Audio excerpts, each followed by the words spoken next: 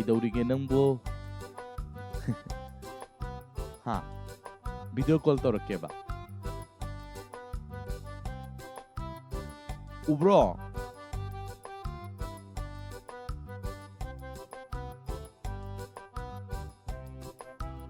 ꯀꯩꯗꯧꯔꯤꯅꯣ ꯅꯪꯕꯣ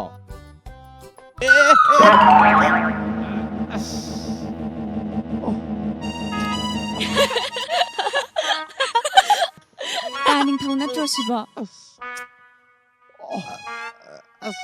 Loire tauris. Mane. Inamada pau pirasi. Hai ruslo. As madi loire he. Ay Sanathoibi. Nang amta payu ko. Ay yadre he. Onthokpanida.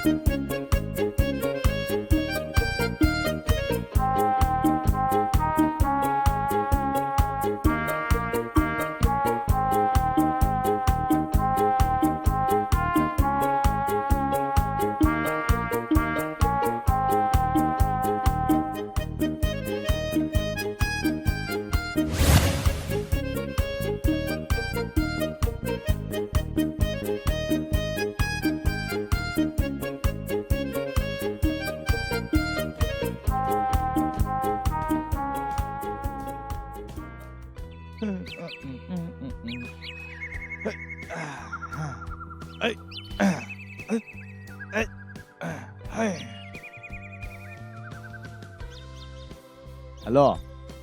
Isay am saklawdana. Isay sa ohairo. Hoy, saklo.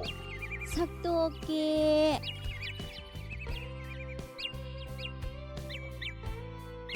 Nung si hekta hairage. Nangi wakalda nokjabi aini. Ubu udrada kapjabi aini. Ado. Aisi nangi wakal khalla dum leirengo. Ay wakan khaliba.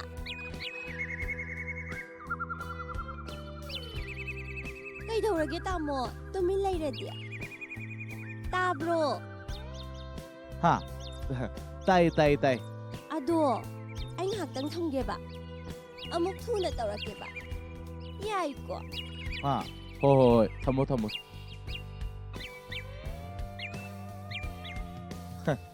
Aine na taurisina nan makai walking chelu na khoi nupi na hodo padi tabi pote adubo hanak phone sida ne nupi amkhak khangnarak padaidi walking guy sina chatta yadriba ayuk sida ne ma wari sahodra di laibek tangamda nuksiba haiduni ni taurise Sino pasina walking chili ni na taurise. Ay ngonda call tawrak na ba chen boy tawradana. La.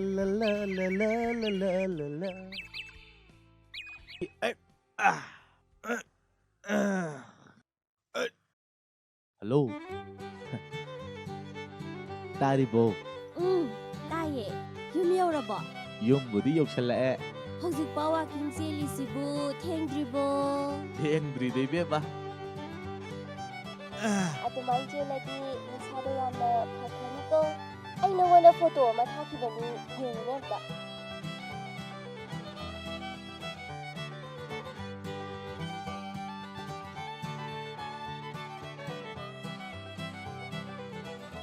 Maui ko sidia. Nangi photo urubada Kelay gulada ikay jabini Payuko Yeah. 1, 2, 3. 1, 2, 3, 4. Ningthou, yum yorabani na Thammage hairo.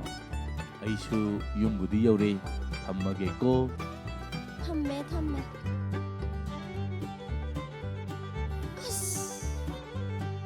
Why he? Ai nupi se. Isau langjabay wani ko ba se. Singbadi onthok na singram. Masi aina phone nupi kuye se mo khangamdana ne. Walking chenba mo phangdadana ne. La. Hakjang phabana akhoi gi lan ni. Hakjang phabana akhoi gi lan ni. Hakjang phabana akhoi gi lan ni.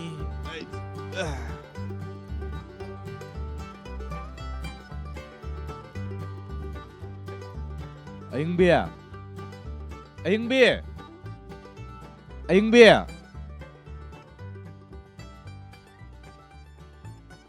O kay daurage, adugyam uraw tharaw ridubo. Ay walking hale. Walking sina kilometer kaya chelu jano. Asugyam kuy na cheli sina. Aura damne.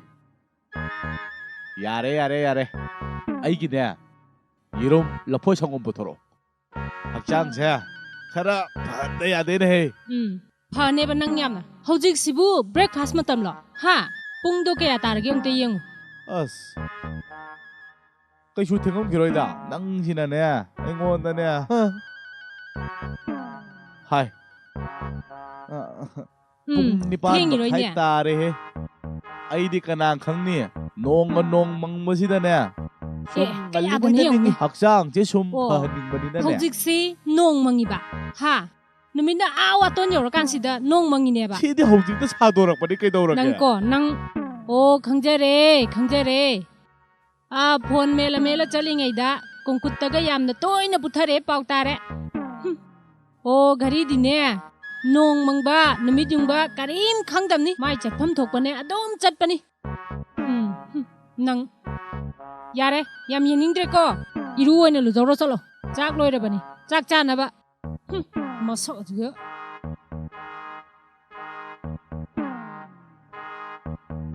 Hais. Kita na chopida. Karana mathau ire leitagai ai nupida ai komda puthei je karana pau pijana. Ngarang da nantu gi da ngai ni. Ngarang ai Yaikhomda puthaba du mana mathau ai leitege mana pau pidi khari gi ro ba. Mi singje mathau yam leinaroi dori ko. Mi gi yung kai na ba isin nek silla da na ba. O Manipur lambi bu karamba lambi phaba yauri ge. Kom leitaba lambi bu karamba leirige ba. Kari kana da Koila tharani mo haine mo nung ngata mo haidon. Poro nung ngata leiba manak tu da ne. Amuk aduda muk ai je khudi hai pe thijan madubu yum da muk pau tammadana ba. Kai nung ni tong da domai tong na kumchi da.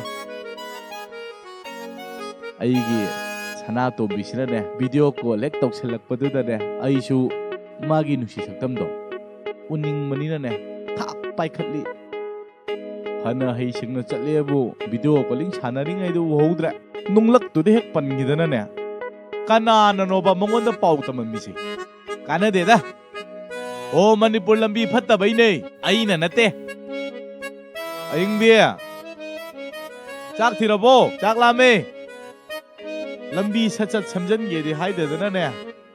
Lambi de chum jachaba khoi nan thuraga ne. Yum da nupi ne am shawi ko.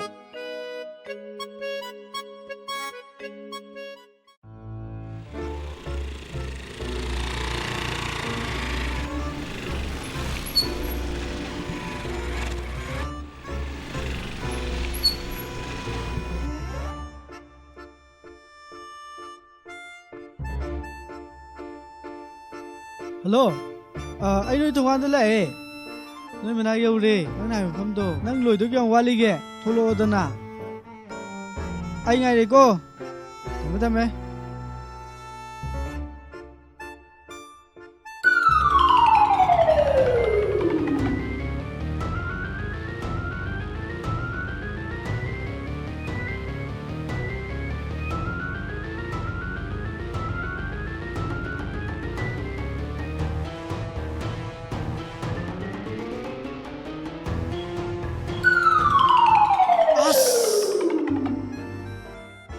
Hello. Nang kyang wali ke? Pung ahum muksure me ai ngai rei se. Nang gi sidi kuiman gre da. As tolo me. Nang kuiman gre kai khwang loi na khle me. As kem khumuk tre me tai ra da je khang gre da. Hello. Sanathoibi. Ya. Na sai ko thola ki di leiti. As ngahak tangai ba se wa bro. Ya re heng ke ngai biranu admai wa doi di. As nang sima sagun gi bisina. Wa de ba. Ado nang na hai ba do. Pora bane. Hai ma, asen kira. Hoi.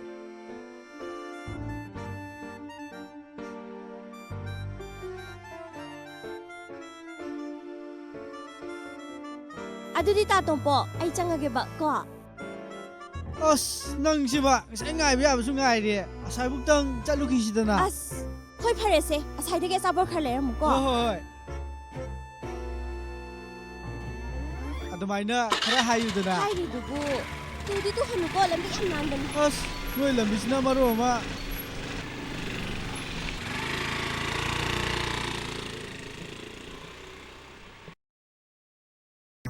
Oi, noi sanaido. Ai em tienge. Yade. Yade.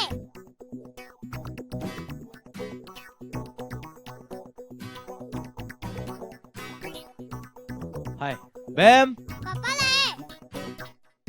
Hey, Ayo. bema tu de. Lao si lao, lao. Hai, bema sopra. Oi, nai sito nang. Hai, kayo na noy ni na to mo. Kayo nun he. Abo.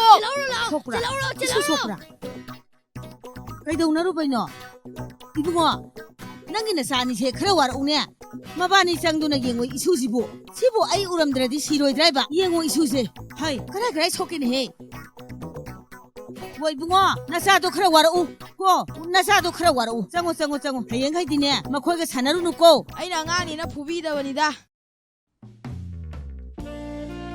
Da Ningthou. Nang siam phai bo. Ai na hai ri kai adom yai. Sel jilasu hekta pi. Adudane, imane bisingane, nupi thiba nupa ko yana yam nok ai ngo. Adudi nang haiji ibani tokna na sa hairo. Nupi thiramba ikhoidi nupa natraba ba. Ha. Ai nupi khaina gre nang wanda kya ra no ba haido. Nang jina ba ko nupi lai le nu koi bu su nattabu bu. Sanathoibi nang handakti mawong am tawi ko. Sum hai bani ba. Ado tamo mande numito moirang sa luseba. Lemram da su changak seba. Sel chatham ama lai ra ba tawi. Ha, kai dorage. Kai su haide da. Sanathoibi mande numito ai thabam laiye ba. Sande do ina chalur sidana. As. Aina di marup sel puthon ge khallaga. Hoi, yae ba sande orasu. Ado sel di khara yam paira uko. Ai di yam laigali nang khangi natro. Khange nang yam laigalle ai khange sel di ai ngon dai natro. Hoi, Sanathoibi nang na haiba bu ai ni yada ba kari yaw. Nang thengam mani chalasira. Hoi. Kai no man khallisina. Ado tamo ai marup ki sel jille ba. Lupa lising ahum kata pibiramu ba. Hana nangi marup si thada kaya yawi. Nang wata sidi lawdo ba idum ikai reda. Tamo dai natrasu ngamna ba ay atun tawzani kaino. Sanathoibi adui natte mi saugi no mi nangjina sawan masina ne sumhang mani kai dorage. Ho mayam yawe ai na yawri se ibani gini. Aina du yam nungsiraga nang kaim khangbide da. Ai nang yam nungsi thajau haiba. Nang na haiba da bu aina pidaba kai dong mai yawroge. Ha. Nang na ahum haibani na. Hoi. Du aina amma hapchalaga mari piradi yare dana. Noi sim. Ado theng chalasira. Yare chalase. Gari da dum pirage ko. Hoi. Khuttu piro. Samma chamina seba.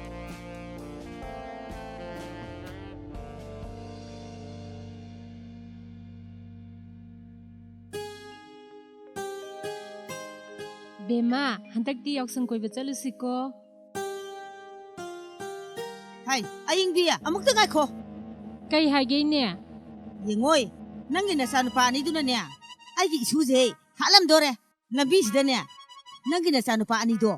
thohalakanu is kari swaijibu noi naramlo thoganinga thoning da tokani kaya ngamgraba ngangno aina harisini yade harisini nangina sani do sudong thohalakanu isudo siramdore harisini sukthong shiramdi hek thohalakanu phadauba aima se pikraba icha se sidane manane khanaba horido ichani do leramdadine angang se manane phubiram doiba khangedana mai ma kaya ngamgraba non he boibe ma nanga ngangna baga ngamba sanate kari thwere no sani no abema ko sa thadok na bi sa halega mo sani si ngun he moi machana machawen khanba migi machana kashulaitana khanba khoidauga sa chauda sauning dai 예. 그나가 뭐 카나잖아. 낭아가 사올라이시나. 언톡panida 고. ngasi shutini khara potha jawgen khanjabani. ai si potha phomga khangmaidabani base.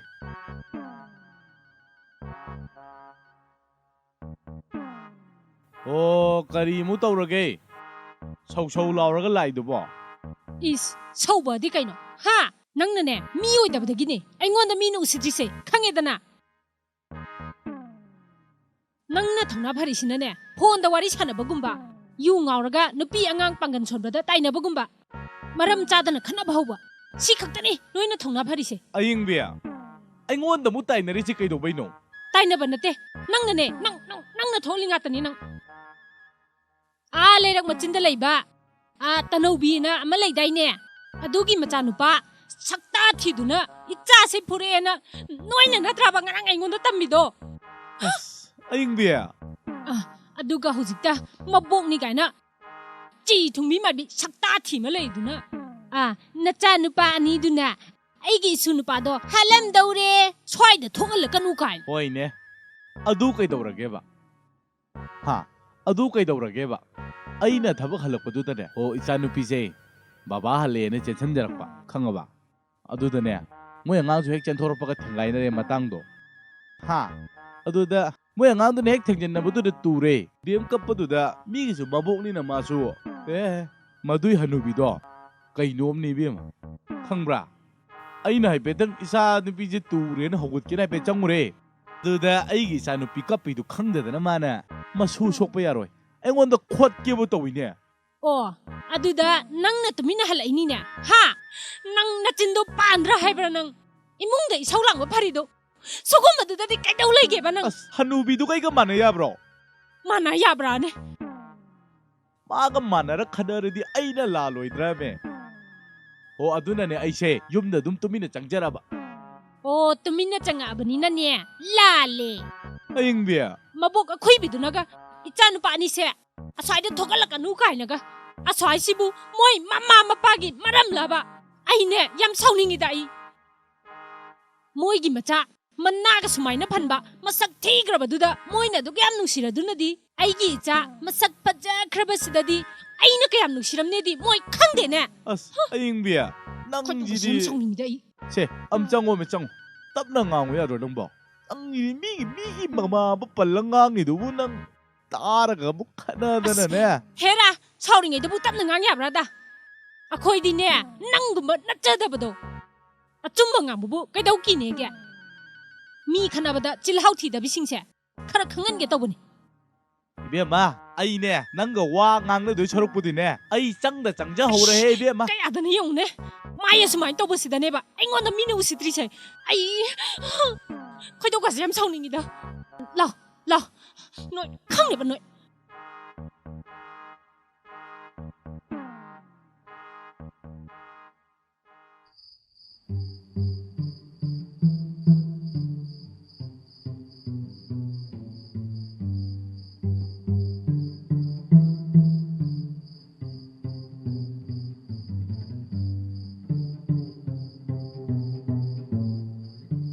hello Sanathoibi hello nangbu kedawrige nang call tawrakpa ngairamini nang ai balance yaude khangi natro miss call pirasu yabadu miss call phau piningai yaudre haiba natro ngasai nangna call tawrakadrana ngaibada sidawre ai khangeba Sanathoibi nang sidi sawan khre saunu basi koi ma masangam dabado ꯃꯥꯒꯤ ꯁꯦꯕꯥ ꯇꯧꯔꯨꯕꯒꯤꯅꯦꯕ ꯉꯁꯥꯏꯗꯩ ꯑꯩ ꯆꯥꯛ ꯊꯣꯡꯉꯤꯅꯤ ꯈꯪꯉꯕꯣ ꯍꯩꯃ ꯌꯥꯝ ꯅꯨꯡꯁꯤꯌꯦ ꯑꯗꯨꯗꯤ ꯅꯪ ꯆꯥꯛ ꯊꯣꯡꯕ ꯌꯥꯝ ꯍꯩꯔꯝꯗꯧ ꯃꯥꯜꯂꯤꯀꯣ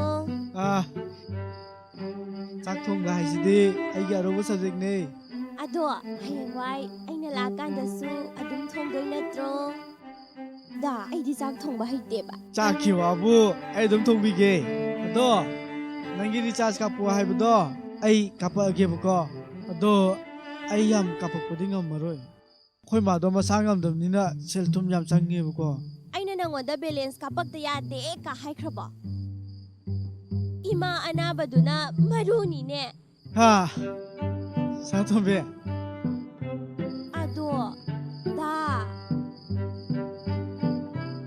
ꯅꯪꯅ ꯍꯥꯞꯄꯛꯇ ꯌꯥꯗꯦ ꯍꯥꯏꯔꯗꯤꯅꯦ 599ꯗꯣ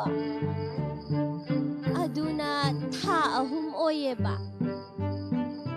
ꯖꯤꯑꯣꯒꯤ 2GB ꯐꯪꯉꯦꯕ ꯑꯗꯨ ꯑꯣꯏꯅ ꯑꯗꯨꯝ ꯍꯥꯞꯄꯤꯔꯛꯎꯕ ꯑꯣ ꯍꯥꯞꯄꯛꯀꯦ The person you have called is speaking to someone else.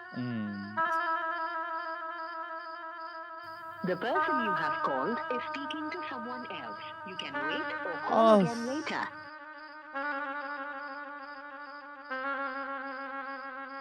The person you have called is speaking to someone else. You can wait or call again later. The person you have called is speaking to someone else. You can wait or call again later. The person you have called is speaking to someone else. You can wait or call again later.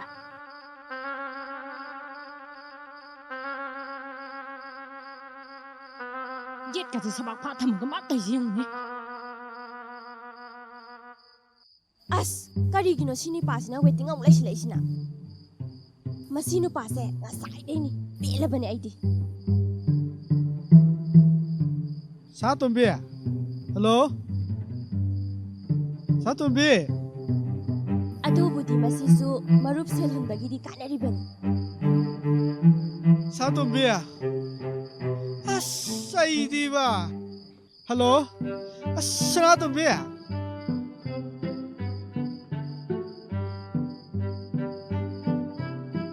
ꯑꯗꯣ ꯗꯥ ꯇꯣꯝꯄꯣꯛ ꯑꯩ ꯊꯝꯃꯒꯦꯕ ꯑꯁ ꯋꯥꯔꯤꯕꯨꯗꯤ ꯃꯌꯥꯝ ꯁꯥꯟꯅꯅꯤꯡꯕꯅꯦꯕ ꯑꯗꯣ ꯑꯩꯈꯣꯏ ꯃꯥꯃꯅꯅꯦ call ꯍꯟꯖꯟ ꯇꯧꯁꯤꯜꯂꯛꯄꯗ ꯉꯁꯥꯏꯗꯩ waiting ꯃꯌꯥꯝ ꯄꯜꯂꯦꯕ ꯑꯩꯈꯣꯏ ꯃꯥꯃꯗꯣ ꯌꯥꯝ ꯁꯥꯎꯒꯜꯂꯦꯕ ꯑꯩ ꯊꯝꯃꯒꯦꯀꯣ ꯑꯣ ꯊꯝꯃꯣ ꯑꯗꯣ ꯕꯦꯂꯦꯟꯁ ꯀꯥꯞꯄꯛꯄꯗꯣ ꯀꯥꯎꯅꯤꯀꯣ ꯗꯥ ꯇꯣꯝꯄꯣꯛ ꯍꯌꯦꯡꯗꯒꯤꯗꯤ ꯑꯩꯅ ꯑꯗꯨꯝ ꯇꯧꯔꯛꯑꯗꯣꯏꯅꯦꯕ ꯑꯣ ꯗꯥ ꯇꯣꯝꯄꯣꯛ ꯑꯣ ꯅꯪ ꯇꯧꯔꯛꯀꯦꯕ ꯌꯥꯏ ꯁꯅꯥꯇꯣꯝꯕꯤ ꯑꯣ ꯁꯅꯥꯇꯣꯝꯕꯤ ꯑꯗꯨꯗꯤ ꯑꯩ ꯊꯝꯃꯒꯦꯀꯣ good night sweet dream The person you have ꯀꯩꯅꯣ called is ꯃꯁꯤꯅ speaking to ꯇꯧꯔꯤꯁꯤꯕꯣ someone else. Nâng không này bà nâng Dừng từ nó nâng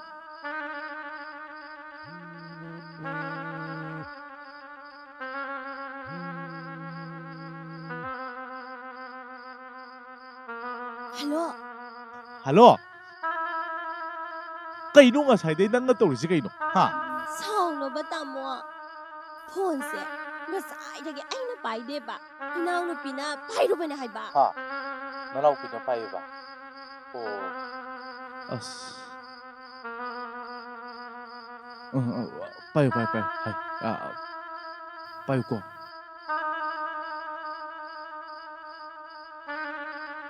ꯑꯁ ꯅꯪ ꯌꯥꯝ ꯐꯠꯇꯦꯗ ꯅꯪ ꯍꯜꯂꯣ ꯑꯩ ꯉꯁꯥꯏꯗꯩ ꯅꯪꯉꯣꯟꯗ ꯀꯌꯥꯔꯛꯅꯣꯕ ꯐꯣꯟ ꯇꯧꯔꯤꯁꯤ ꯀꯔꯤꯅꯣꯕ ꯅꯪꯅ ꯇꯧꯔꯤꯁꯤ ꯍꯥ ꯀꯔꯤꯒꯤꯅꯣꯕ ꯅꯪ ꯇꯧꯔꯤꯁꯤ ꯅꯪꯀꯣ ꯑꯩꯉꯣꯟꯗ ꯑꯣꯏꯗꯕꯗꯤ ꯉꯥꯡꯅꯨꯀꯣ ꯅꯪ ꯑꯁꯦꯡꯕꯅꯦꯕ ꯇꯥꯃꯣ ꯑꯩ ꯄꯥꯏꯗꯦꯕ ꯑꯩꯗꯤ ꯉꯁꯥꯏꯗꯒꯤ ꯊꯋꯥꯏ ꯅꯨꯡꯉꯥꯏꯇꯗꯅ ꯀꯞꯄꯤꯅꯤꯅꯦ ꯍꯥ ꯀꯔꯤꯒꯤ ꯅꯪꯉꯣꯟꯗ ꯀꯅꯥꯅ ꯀꯔꯤ ꯍꯥꯏꯔꯤꯕ ꯀꯩꯗꯧꯔꯒꯦ ꯃꯦ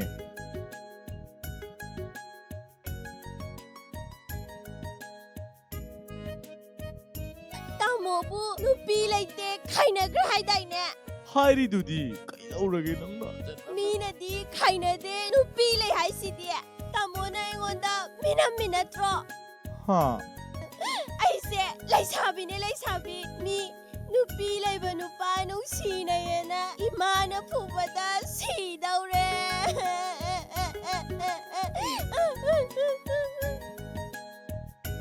Sanathoibi.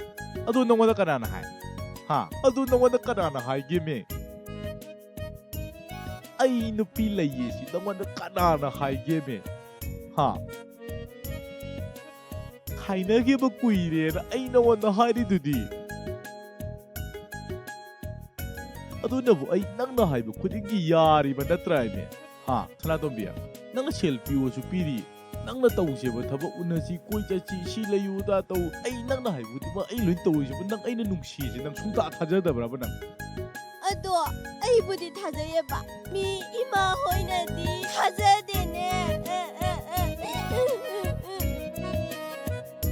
se Sanathoibi no ima hoi pa bung hoi do ai ga to un ha lu se ai phaja da hai gi Sanathoibi nang khang ni po tu ni ai na pi do hai na gre hai ba Machin na niya. Maro alam mo kaliba. As masak ka to ako. Tiib na Sanathoibi.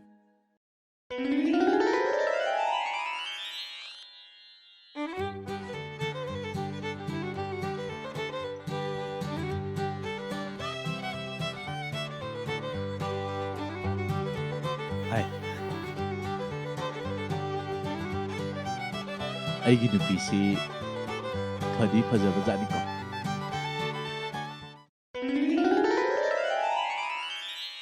Ay ni soiram da di makaram ta lawra maroi ba yung adoi nupi to khunggang dei lakpani na ne lairik phangi haite as mana doktor ko thabak se jan jan de ba se yengo se akoi ima hoi ga ne moi ma pa do akoi ima hoi ji ga khangna ba jan adu da koi mana khara ga chamme moi mayam changa ga namdana khunggang yaung na bi do namdana pisalak pani mi Sanathoibi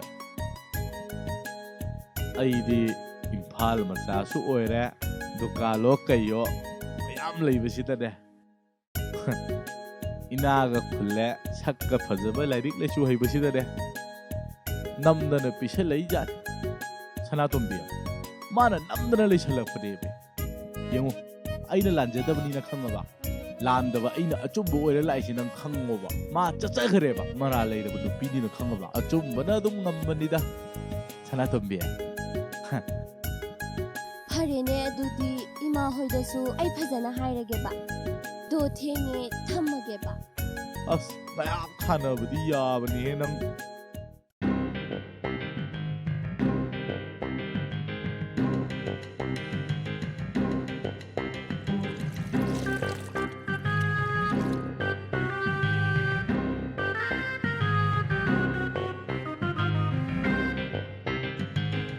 ado thammage ba Good night Ningthou nusiba Yam nusiye Oh Sanathoibi Good night Love you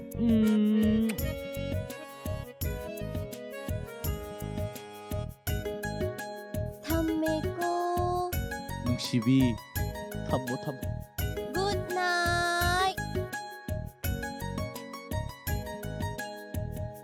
Sidan ini ay nang ngawis Hais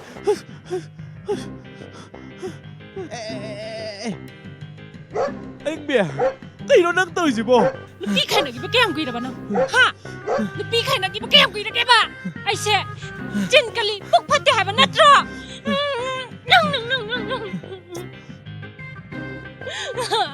Anh bè Nung tang sila mi ta ni mày nang bố Kali gi mi ta ba taning ta sa sanu kana no nong wari sana ito Hai kana Imana ba wari ni sana be ito Imana ba ni ba Imana ba ni oh namana ba ni ba kadai pondo piro Hai Kay nung ba nang tôi gì bố Anh mi yang ngon mẹ oh Sanathoibi nungsibi hai se namana ba ni ba Imana ba ni Cuma nang 아잉비야. 혼자 와리암 사나니 뭐나더라 난 혼자 와리암 사나니 뭐나더라 파라마니네세 하 파라마니 바세 주가이기 바세 아이 맨날 또 이제 막가 이러시고. 난 좀 안 빌래 나 마지막 전 하이. 지 하이. cây nó nâng tay đó ha. cây nó nâng tay đó. 지 와리암 사나니 뭐나더라 난 지 와리암 사나니 뭐나더라 하이. 아잉비야. 비행간 랭링 나만 넘버 네 지 배. 파라마니세 아씨 비행간 랭링 나만 넘버 네 도. 까리기 뱅 아잉비야. 나 이거 날라는 칼리. Sanathoibi nupa ne me imana ma sen phangi tong da bagi ming thona ba ne ga do Sanathoibi nupa ne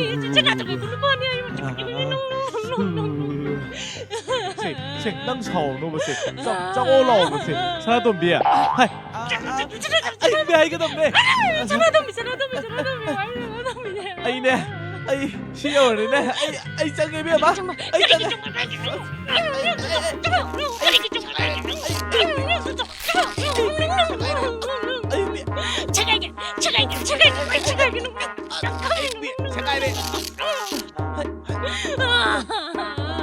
anh biết khi nó tôi chỉ bộ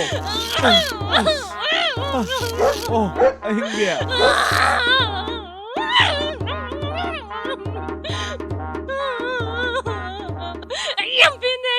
khi nó tôi chỉ bộ 이런 같다네 강이더라 아이고 복받대 라이라 비니가나 아이기 이런 같다네 염사리도 아이기 누가나 말레리도 아이기 파울레리 미암지수 아이기 nang na seli kudai do adusu aigi anh biết nang manung chang mo se tam na phadina tam na manung da haina ro je me nang bo phadina tam na manung da haina ro je me nang bo se haina ro je me nang bo ai me nang de no ai me nang to bai tong me nang bo ai me nang ko bai ai me ai lo choi le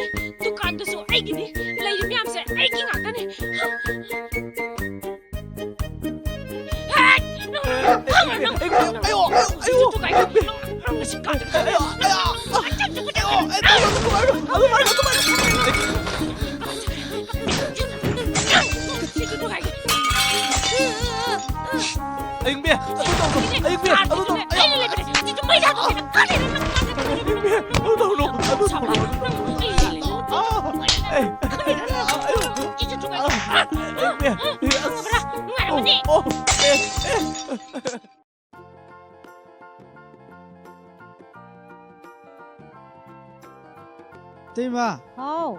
Chenga habudo ado kg amta lauge kg de kya pirige hujikpo KG de Yankai. Yankai tang malaman greda kidai digi mi loi shiri samtang adi Handak te cheng yam tangkhat khare aduna ni. ado se phare se Jio gi 444 do lairi binatro Adu di lai tere 599 di lai.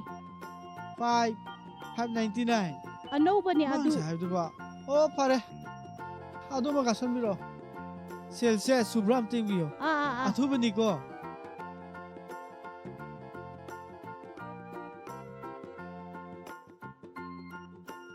number silai re khatu namde kapiro Hoi.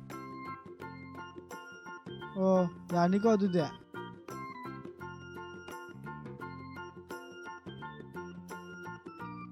ꯀꯩꯅꯣꯅꯦ ꯍꯧꯖꯤꯛꯀꯥꯟꯒꯤ ꯑꯉꯥꯡꯁꯤꯡꯁꯤꯕꯣ ꯆꯥꯕꯗꯅ ꯂꯤꯛꯏꯕ ꯆꯦꯡ ꯇꯥꯡꯉꯦ ꯍꯥꯏ ꯐꯣꯟꯗꯗꯤ ꯂꯤꯛꯇꯦꯅꯦ ꯌꯥꯏꯅꯦ ꯑꯉꯥꯡꯁꯤꯡꯁꯦ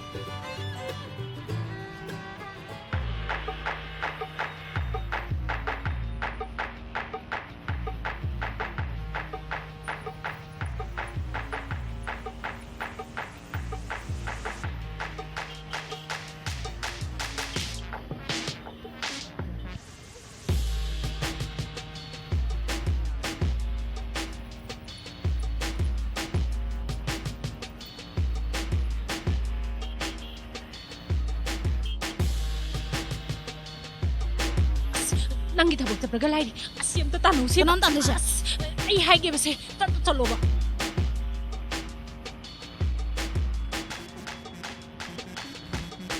ꯀꯔꯣ ꯁꯦ ꯆꯠꯂꯨꯕꯁꯦ ꯆꯠꯂꯨ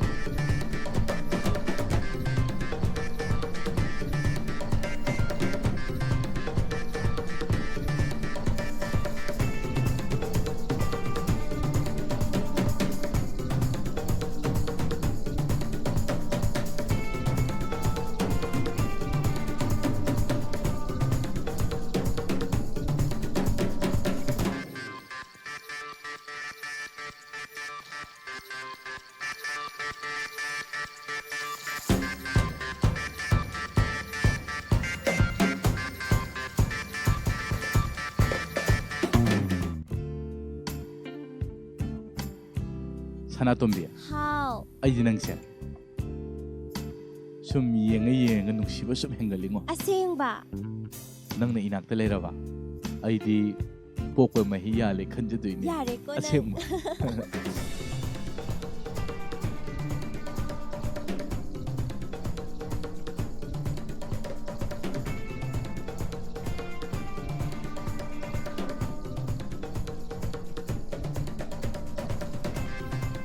Ay se Kamay thadoiba. thadokdoino nang yaudana ay kamay hingdoino Oh, adoidi ay asengba nusibrene.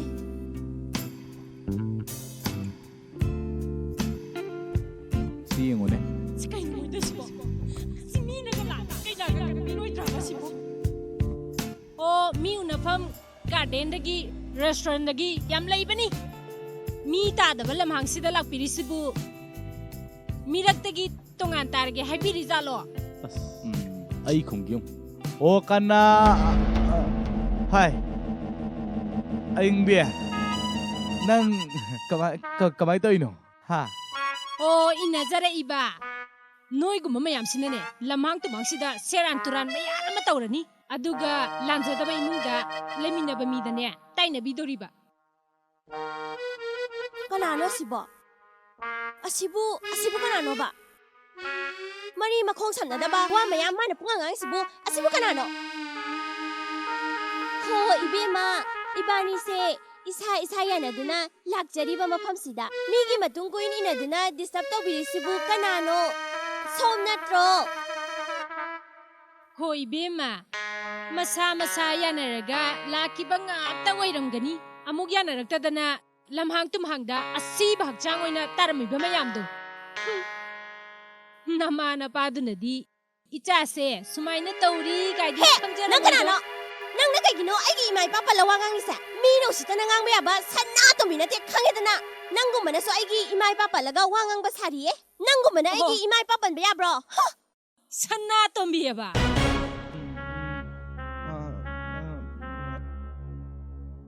ꯑꯩꯅ ꯋꯥꯅ ꯊꯤꯔꯛꯏꯕ ꯃꯤꯁꯤꯗꯤ ꯁ꯭ꯋꯥꯏꯗ ꯂꯩꯔꯦꯗꯅ ꯍꯣ ꯂꯩꯔꯦ ꯁꯅꯥꯇꯣꯝꯕꯤꯁꯦ ꯅꯨꯄꯥꯅꯦ ꯏꯃꯥꯟꯅꯕꯁꯦ ꯐꯥꯒꯤ ꯇꯧꯅꯕꯩ ꯃꯤꯡ ꯊꯣꯟꯅꯕꯅꯦꯃꯦ ꯅꯪꯕꯣ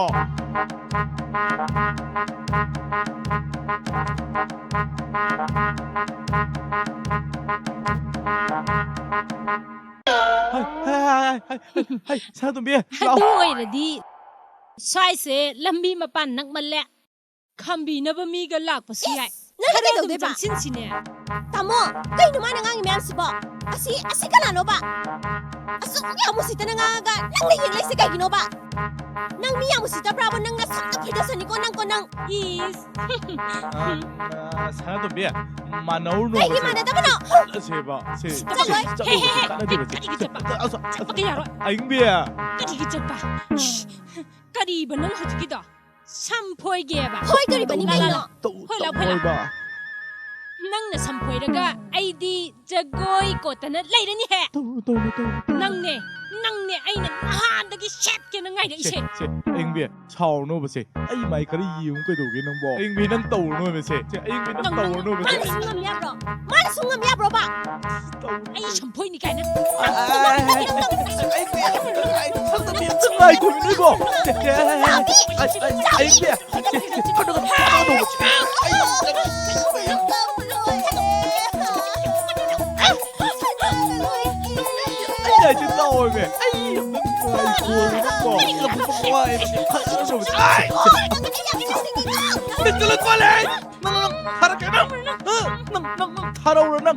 ꯑꯩꯉꯣꯟꯗꯇꯪ ꯈꯥꯝꯃꯗꯅ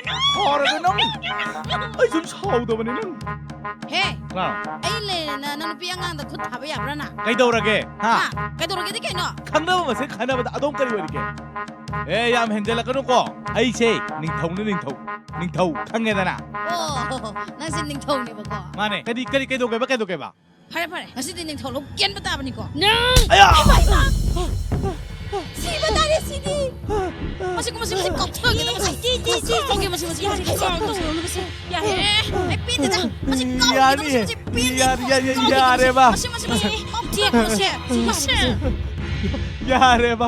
ꯌꯥꯔꯦꯕ ꯑꯌꯤꯡꯕꯤ ꯑꯩ ꯑꯝꯇ ꯀꯜꯂꯣ ꯆꯦ ꯇꯣꯛꯄꯤꯔꯣ ꯁꯤꯕ ꯇꯥꯔꯦ ꯈꯔ ꯐꯊꯕꯤꯔꯣꯕ ꯐꯔꯦ ꯅꯪ ꯆꯦꯛꯁꯜꯂꯨꯀꯣ ꯅꯪ ꯑꯌꯤꯡꯕꯤ ꯅꯪ ꯊꯣꯛꯄ ꯇꯧꯔꯝꯃꯨ ꯁꯤꯁꯦ ꯅꯪ ꯊꯣꯛꯄ ꯇꯧꯔꯝꯃꯨꯀꯣ ꯑꯩ ꯆꯠꯂꯒꯦ ꯃꯁꯤꯀꯣ ꯑꯩ ꯁꯨꯝ ꯂꯩꯗꯅ ꯅꯥꯇꯩ ꯀꯌꯥ ꯆꯥꯔꯣꯏ ꯃꯁꯤ ꯑꯩ ꯊꯣꯛꯑꯒꯦꯀꯣ ꯅꯪꯅ ꯃꯤꯅꯦ ꯑꯗ ꯏꯕꯥꯅꯤꯒꯤ ꯔꯣꯃꯥꯟꯁꯦ ꯅꯪꯅ ꯊꯨꯒꯥꯏ ꯅꯠꯇ꯭ꯔꯣ ꯉꯁꯤ ꯑꯩꯅ ꯀꯦꯔꯤꯕ ꯃꯦꯀꯞꯀꯁꯦ ꯂꯣꯏꯅ ꯀꯣꯛꯍꯜꯂꯤꯁꯤ ꯅꯪꯅ ꯅꯠꯇ꯭ꯔꯣ ꯉꯛꯆꯔꯦꯗꯀꯣ ꯏꯕꯦꯝꯃ ꯔꯣꯃꯥꯟꯁ ꯊꯨꯒꯥꯏꯕ ꯀꯥꯏꯅ ꯑꯁꯤꯒꯤ ꯅꯨꯄꯥꯁꯦ ꯑꯩꯒꯤ ꯅꯨꯄꯥ ꯑꯩꯁꯤꯅꯅꯦ ꯃꯥꯒꯤ ꯅꯨꯄꯤ ꯈꯪꯕꯤꯔꯦꯗꯅ ꯅꯪ ꯑꯩꯉꯣꯟꯗ ꯅꯨꯄꯤ ꯂꯩꯇꯦ ꯈꯥꯏꯅꯈ꯭ꯔꯦ ꯍꯥꯏꯕꯗꯥꯏꯅꯦ ꯑꯧ ꯍꯥꯏꯔꯤꯗꯨꯗꯤ ꯀꯔꯤꯕ ꯃꯁꯤ ꯏꯆꯦ ꯑꯌꯤꯡꯕꯤ ꯀꯧꯔꯨꯅꯣ ꯏꯆꯦ ꯈꯥꯏꯅꯗꯤꯌꯦ ꯑꯩ ꯅꯨꯄꯤꯁꯦ ꯑꯩꯅ ꯌꯥꯝ ꯅꯨꯡꯁꯤꯌꯦ ꯑꯗꯨꯗꯤ ꯅꯣꯏ ꯃꯌꯥꯝ ꯃꯥꯟꯅꯔꯒ ꯑꯩ ꯍꯥꯟꯅꯕ ꯇꯧꯕ ꯅꯠꯇ꯭ꯔꯣ ꯈꯪꯅꯤ ꯅꯪ ꯅꯨꯄꯤ ꯂꯨꯞꯇ ꯋꯥꯔꯛꯀꯅꯤ ꯈꯪꯅꯤ ꯅꯪ ꯑꯌꯣ ꯅꯣꯛꯆꯅꯤꯡꯉꯤꯅꯦ ꯋꯥꯀꯜꯂꯨꯆꯣ ꯃꯤꯒꯤ ꯅꯨꯄꯤ ꯑꯉꯥꯡ ꯂꯩꯕ ꯅꯨꯄꯥꯗ ꯐꯥꯔꯒ ꯂꯩꯒꯦꯅ ꯇꯧꯔꯨꯕꯗꯒꯤ ꯃꯥꯒꯤ ꯅꯨꯄꯤꯅ ꯐꯨꯕꯤꯔꯦꯅ ꯍꯦꯛ ꯍꯥꯏꯌꯨ ꯑꯗꯩꯗꯤ ꯐꯖꯔꯅꯤ ꯅꯪ ꯅꯨꯄꯤꯁꯦ ꯁꯨꯃꯥꯏꯅ ꯉꯥꯡꯒ ꯅꯪ ꯇꯨꯃꯤꯟꯅ ꯌꯦꯡꯉ ꯂꯩꯕ ꯅꯠꯇ꯭ꯔꯣ ꯅꯪ ꯑꯩꯉꯣꯟꯗ ꯑꯃꯨꯛ ꯐꯣꯟ ꯇꯧꯔꯛꯀꯅꯨꯀꯣ ꯅꯪꯒꯨꯝꯕꯁꯤꯗꯤꯅꯦ ꯇꯥꯏꯝ ꯄꯥꯁ ꯑꯩꯒꯤꯅꯦ ꯐꯣꯟ ꯄꯩꯁꯥ ꯍꯥꯞꯅꯕ ꯊꯝꯕꯤꯕ ꯅꯪꯅꯦ ꯑꯩꯅ ꯕ꯭ꯂꯣꯛ ꯄꯤꯔꯕꯅꯤ ꯈꯪꯉꯨ ꯅꯪ ꯉꯁꯤ ꯑꯩꯒꯤ ꯃꯥꯏꯗꯒꯤ ꯀꯣꯛꯈꯤꯕ ꯃꯦꯀꯞꯁꯤꯡꯁꯦ ꯀꯣꯛꯈꯤꯁꯤ ꯅꯪ ꯑꯩꯅ ꯀꯩꯗꯧꯕ ꯌꯦꯡꯉꯨ ꯅꯪꯒꯨꯝꯕꯁꯤꯗꯤꯅꯦ ꯇꯥꯏꯝ ꯄꯥꯁꯁꯦ ꯈꯪꯉꯨ ꯇꯥꯏꯝ ꯄꯥꯁ ꯁꯅꯥꯇꯣꯝꯕꯤ ꯅꯪ ꯕꯦꯒꯇꯨ ꯁꯤ ꯇꯥꯍꯧꯔꯦ ꯉꯥꯏꯈꯨꯑꯣ ꯅꯪꯅ ꯂꯩꯕ ꯕꯦꯒꯇꯣ ꯅꯪꯒꯤ ꯅꯨꯄꯤꯗ ꯄꯤꯌꯨ ꯈꯪꯉꯦꯗꯅ ꯑꯩ ꯄꯥꯝꯗꯦ ꯈꯪꯉꯦꯗꯅ ꯑꯩꯉꯣꯟꯗ ꯑꯃꯨꯛ ꯍꯟꯅ ꯅꯁꯛ ꯇꯨꯍꯜꯂꯛꯀꯅꯨꯀꯣ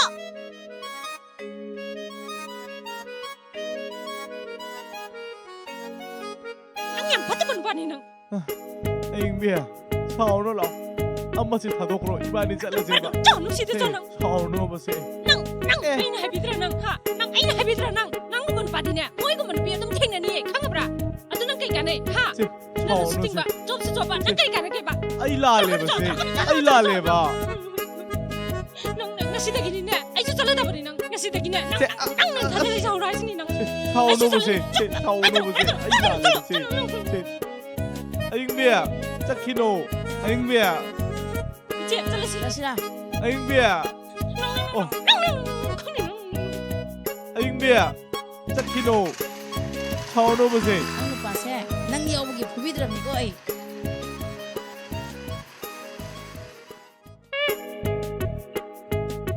ꯌꯦꯡꯉꯨꯅ ꯁꯤꯕꯣ ꯑꯩꯅ ꯑꯃꯈꯛꯇꯅꯦꯕ ꯀꯣꯏꯔꯨꯕ ꯑꯃꯅ ꯁꯣꯝ ꯆꯠꯈ꯭ꯔꯦ ꯑꯃꯅ ꯁꯣꯝ ꯆꯠꯈ꯭ꯔꯦ ꯑꯩꯕꯨ ꯀꯩꯅꯣ ꯇꯧꯔꯤꯁꯤꯕꯣ ꯑꯣ ꯑꯌꯤꯡꯕꯤ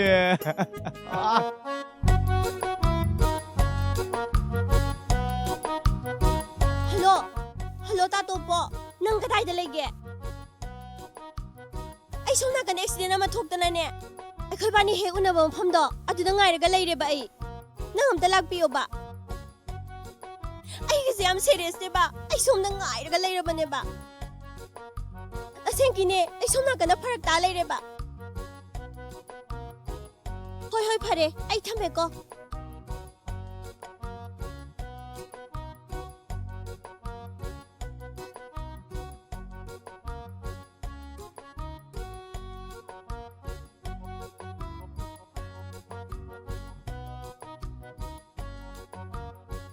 Kay daw lagi sa ato ba? Tato po. Ay ko na tamage ba? Nanga siyam thengay sa kay gino ba? Kasi sala sila o ba se?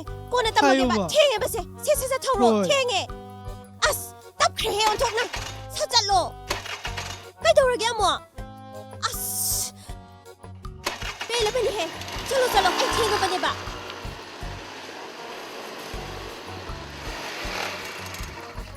Kay daw lagi tato po. Hay ma. Kay daw khage mi. Haudre ne. Kay daw lagi. Paulo ikro male da. As nang go bandu pasidi ko. Nang haisini ko nang kay gino ba nang nasigo magari apat pa pura laisibo. Na be mai na tungga dapat ka da tungga dapat ne khangita na. Nang sayo da mo na phone tor ko nang lock pina Ngai ko sa to be. Ngai ko be. Apang mana sa ting ko nang go bandu pasidi Ngai ko ba. Asai da hala su ya di ye. Hello. Ibom sa. Tai bom sa nang kai lege. Hoy. Ang talakpiyo ba? Ay ngayon magiging ko. As nang to ito ka na doon. Nang uman pas di ay ngoda di time pass. Nang ayo da mo na phone tor ko. Phone tor ko haisini na sa tining di haisini nang. Asa to be. Na to mai to no ba? Ay gari thawan ge ba.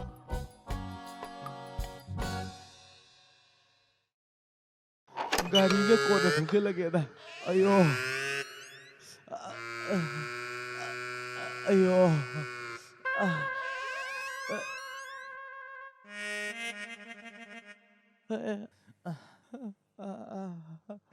ayo ma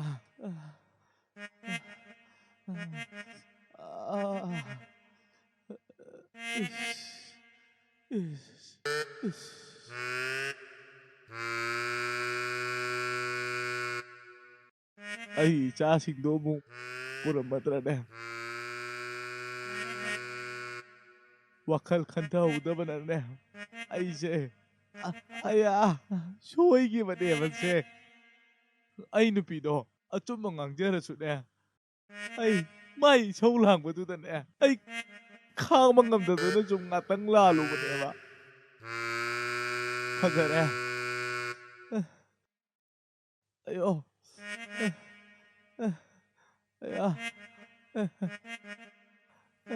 khang kanom daw re mai kin du kui na nai ne ningom sa ru na to kro ba le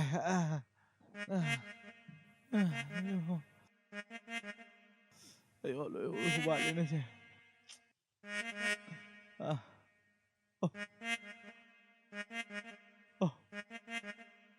aran wa lambi du ke bahut tane ai khara inga tabla thamjara ma su khara phado ba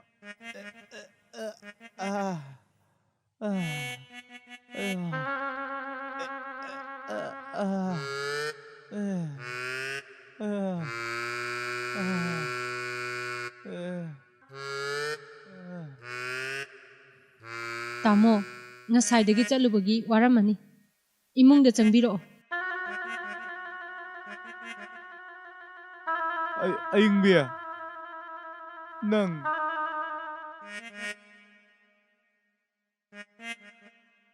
Tamo, ay chatte.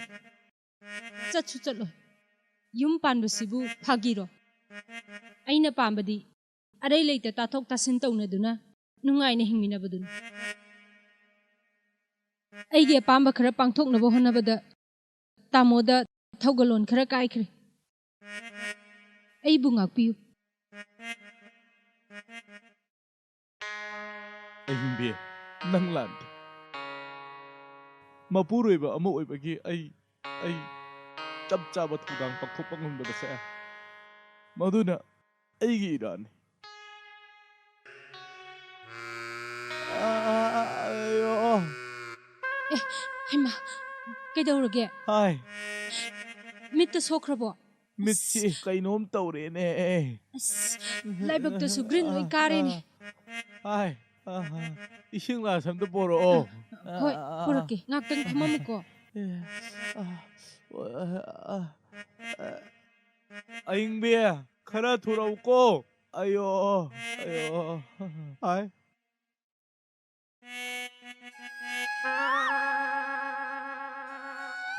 Nasidi. Onthong latap na ngang kret. Yan nungsi na ngang ewan eh. Masibu ngasay lamang duda laitin ko ang naradalo sibo. Ayo. Hati ba? Yano me. Sanathoibi jo phajara mani. Ma jo phajara pokram. Ayo.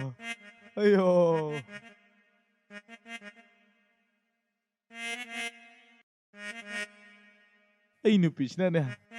Kada tap na phajana wangang na ba yara din ya. Ay kaido may wajaru do ino ba. Aying bia. Ising do poro na he. Ay ising khurang ne. Lao.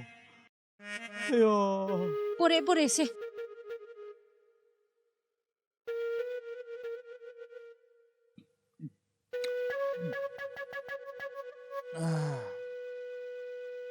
Horen ne, ice thomaga marai phajarani se. Se amtaga thaugi. Khara bo. Aw, khara budi phare. Sida thokta ba. Ay dine, ngahana haibani. Soksu sokpa, chopsu chopa, naransu tingba, kari kane. Nupa noina tawrisina ne. Soi kre, lan kre, hairaga hekta yaba. Ani lon gera, ahum lon gera, loin yani. Nupi akoina tawragana ne. Lamchaludre, tanthokro hekta haiba. Akoi sune, loin ngamba jani. Adubu icha singsigi khalaga ne, khangiba. Khangedana. Aduga nupa singsina, nupi singsigi asonba sida khudong chaba lawraga ne. Nupi ga se, kem khanba nateba. Noina ngamme si khaktane ba khanjari se. Munna khanjalur dine. Noi, yam sauning bajani. Nang suni, nang. Amutung daga ne, ana tawraba. Masidi ne, popa ka doi dana. Mathang da dine, nang haisini nang. Nang pope khangu nang. Tuwa nang mo. Lao, ice habu si lao.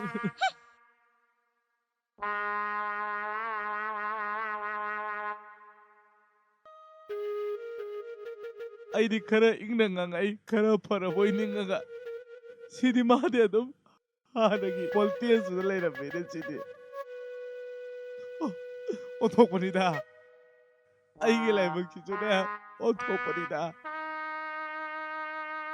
Engonda to ise. Yamna di para mani. Engonda to ise.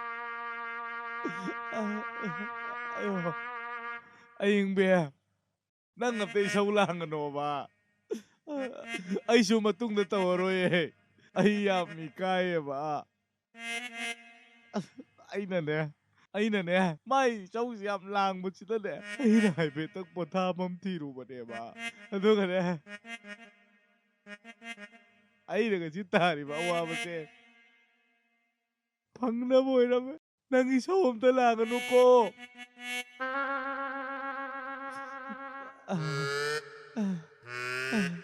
Lebang matsasa. Noi ne. Noi nupi le na dine. Nupi ato pagkakoy na no. Noi nupi ang nakaran gataro na no ko. Natra dine. Noi. Ay na pagimawa mase. Noi na susoy pagkakani. Noi taurunu ko. Oh. Ay na eh. Ay me. Ay lale. Ay lale. Ay kanan daw na no eh.